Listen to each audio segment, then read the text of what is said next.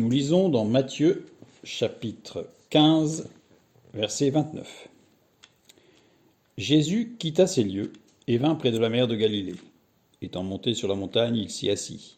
Alors s'approcha de lui une grande foule, ayant avec elle des boiteux, des aveugles, des muets, des estropiés et beaucoup d'autres malades. On les mit à ses pieds, et il les guérit, en sorte que la foule était dans l'admiration de voir que les muets parlaient, que les estropiés étaient guéris, que les boiteux marchaient, que les aveugles voyaient, et elle glorifiait le Dieu d'Israël.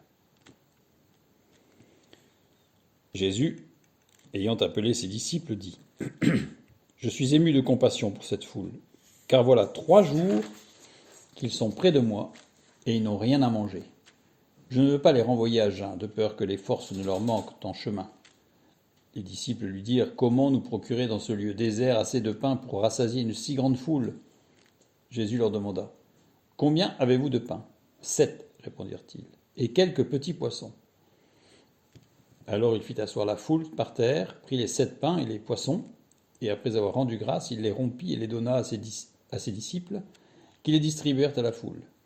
Tous mangèrent et furent rassasiés, l'on en emporta 7 corbeilles pleines de morceaux qui restaient. Ceux qui avaient mangé étaient 4000 hommes, sans les femmes et les enfants. Ensuite il renvoya la foule, monta dans la barque et se rendit dans la contrée de Magadane. Je vais juste lire le verset. Ah non, là, non c'est bon. C'était sur le miracle précédent, je vais y revenir. Première chose intéressante, les malades étaient aux pieds de Jésus. Ça veut dire qu'ils l'écoutaient.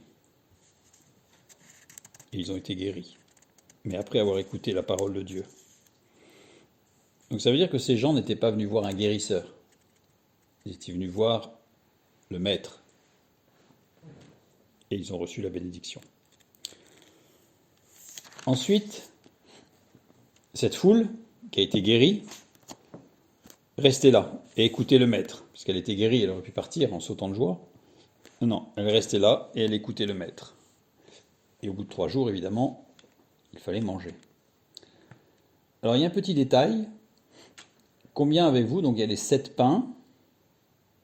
Le mot pain ici est un mot particulier, c'est le pain qui a été travaillé 2-3 fois, c'est le pain qui a été préparé à l'avance, c'est un pain qui est l'équivalent du pain du sacerdoce, donc vraiment de l'engagement avec Dieu. Et puis il y a quelques petits poissons. Alors quand on compare avec le miracle, la multiplication des pains de quelques chapitres précédents, il est parlé de poissons, pas de petits poissons. Parce que dans le lac, il y a 2 types de poissons. Il y a les grands poissons, qui sont des carpes et des poissons-chats, et des petits poissons. Les petits poissons étant le type sardine un peu, équivalent. La carpe était un poisson pur, et le poisson-chat était un poisson impur. Et le fait que dans l'autre miracle de la multiplication des pains, le terme désigne des gros poissons, des grands poissons, et qu'il n'y avait pas qu'un. Il y en avait 2. Ça laisse entendre qu'il y avait un de chaque. Ça veut dire que Jésus était venu pour les Juifs, qui ne pouvaient manger que des poissons purs, et les non-Juifs, parce que les poissons-chats étaient pêchés de l'autre côté, dans la Décapole, dans la partie grecque, et les marins-pêcheurs juifs qui les pêchaient les vendaient très cher, parce que c'est un mets succulent, dans la partie grecque. Ici, ce ne sont que des petits poissons. Les petits poissons, c'est-à-dire que ce sont des poissons qui ont été pêchés avec des filets particuliers qui ne prennent que les poissons purs et que les petits poissons purs. Ce sont des petits détails, mais qui montrent qu'il y a quand même une différence d'orientation entre les 2 miracles. Ce qui est intéressant, c'est si je prends la multiplication des pains précédente au chapitre 14, le verset 21, c'est la fin du passage qui nous parle de la multiplication. Ceux qui avaient mangé étaient environ 5000 hommes sans les femmes et les enfants. Et souvent on s'arrête là, mais il faut lire juste après le verset 22. Aussitôt après, il obligea les disciples à monter dans la barque et à passer avant lui de l'autre côté pendant qu'il renverrait la foule. Quand il l'eut renvoyé, il monta sur la montagne pour prier à l'écart. Et comme le soir était venu, il était là seul. Ça, c'est le premier miracle. Et le deuxième miracle de la multiplication des pains. Ensuite, il renvoya la foule, monta dans la barque et se rendit dans la contrée de Magadan. Cette fois-ci, c'est avec les disciples. Ce qui est intéressant, c'est de noter que, ici, tout particulièrement, Jésus guérit, donc Jésus annonce la parole, il a une autorité dans la parole, il guérit et il nourrit. Là, ce sont tous les ingrédients pour imaginer une nouvelle société, un nouvel ordre politique. Ce Jésus, si c'était le chef d'État, il n'y aurait plus de problème. Il a la parole, il a la puissance, et en plus il est concret parce qu'il donne à manger.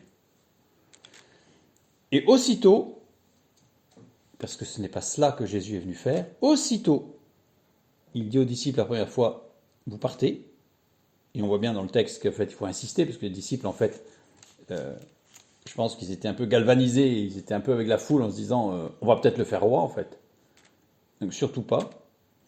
Et même là, une fois de plus. Donc qu'est-ce qu'il est venu, qu'est-ce que cela montre? Cela montre que Jésus est venu pour instaurer dans nos vies un nouvel ordre, un nouveau fonctionnement qui s'appuie sur Dieu, mais pas au niveau sociétal. C'est-à-dire que l'objectif du chrétien, ce n'est pas de renverser la société. L'objectif du chrétien, c'est de vivre une nouveauté de vie, une vie nouvelle. C'est tout l'objectif de ces miracles qui se suivent, qui se ressemblent, mais à chaque fois, Jésus montre que non, ce n'est pas un ordre sociétal que Jésus est venu établir. Continuons le chapitre 16. Les pharisiens et les sadducéens abordèrent Jésus et pour l'éprouver lui demandèrent de leur faire voir un signe venant du ciel. Jésus leur répondit, « Le soir vous dites, il fera beau car le ciel est rouge, et le matin il y aura de l'orage aujourd'hui car le ciel est d'un rouge sombre. Vous savez discerner l'aspect du ciel, et vous ne pouvez discerner les signes des temps. Une génération méchante et adultère demande un miracle, et il ne lui sera donné d'autre miracle que celui de Jonas. Puis il les quitta et s'en alla. » Là, il y a des choses intéressantes. Le soir, vous dites, il fera beau car le ciel est rouge. Le matin, il y aura de l'orage aujourd'hui car le ciel est d'un rouge sombre. C'est-à-dire l'inverse en fait de ce qui a été dit le soir. Quand Jésus leur dit, vous savez discerner le ciel, ce n'est pas pour se moquer d'eux, c'est pour leur dire, quand vous constatez qu'il y a un changement, vous changez d'avis. C'est-à-dire que vous avez dit hier soir, il allait faire beau, mais ce matin, vous voyez bien que ça change, et vous changez d'avis, et ça ne vous pose pas de problème. Aujourd'hui, vous avez des signes qui vous sont montrés, qui vous démontrent que ce que vous pensiez hier sur le Messie n'est pas juste. Aujourd'hui, vous avez des éléments nouveaux qui devraient vous faire changer d'avis. Au même titre que vous changez d'avis lorsque vous voyez un élément naturel, entre guillemets, et que vous estimez que, puis vous êtes trompé.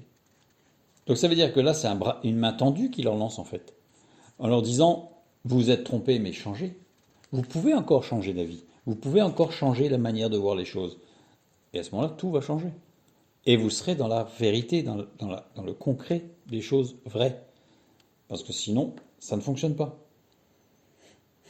Ensuite, une génération méchante et adultère demande un miracle, il ne lui sera donné d'autre miracle que celui de Jonas.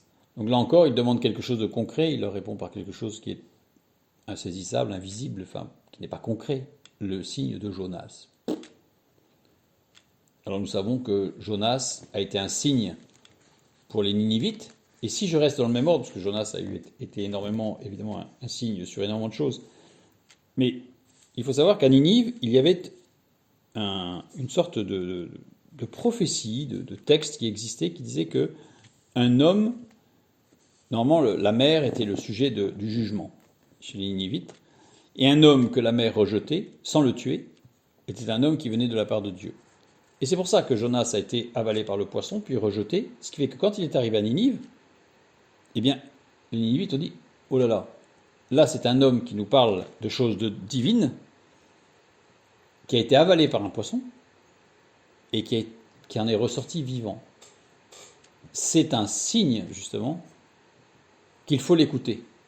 Et quand Jésus dit « Il ne vous sera donné d'autre signe que celui de Jonas », Eh bien, c'est un peu la même chose. Vous aviez dit dans le passé que le Messie ferait ceci, ferait cela, mais je l'ai fait. Et pour autant, vous ne voulez pas me recevoir. Contrairement aux Ninivites qui, eux, ont porté l'oreille, puisqu'ils se sont repentis. Donc on voit que les choses vont dans le même sens, en fait. Parce qu'on a l'impression que Jésus énonce des maximes qui se suivent, qui n'ont pas beaucoup de sens entre elles, alors que là, en fait, tout va dans le même sens. Vous aviez pensé que vous avez vu autre chose et vous avez changé d'avis. Jonas lui-même a pensé des choses, il a changé d'avis. Mais les Ninivites aussi ont vu des choses et ils ont changé d'avis. Puisque tout le monde avait peur des Ninivites parce qu'ils tuaient ceux qui n'étaient pas d'accord avec eux. Mais là, l'expérience de Jonas, qui a été certainement très difficile pour lui à vivre, bien sûr, eh bien, a amené les Ninivites à reconnaître que ce qu'il disait venait de la part de Dieu.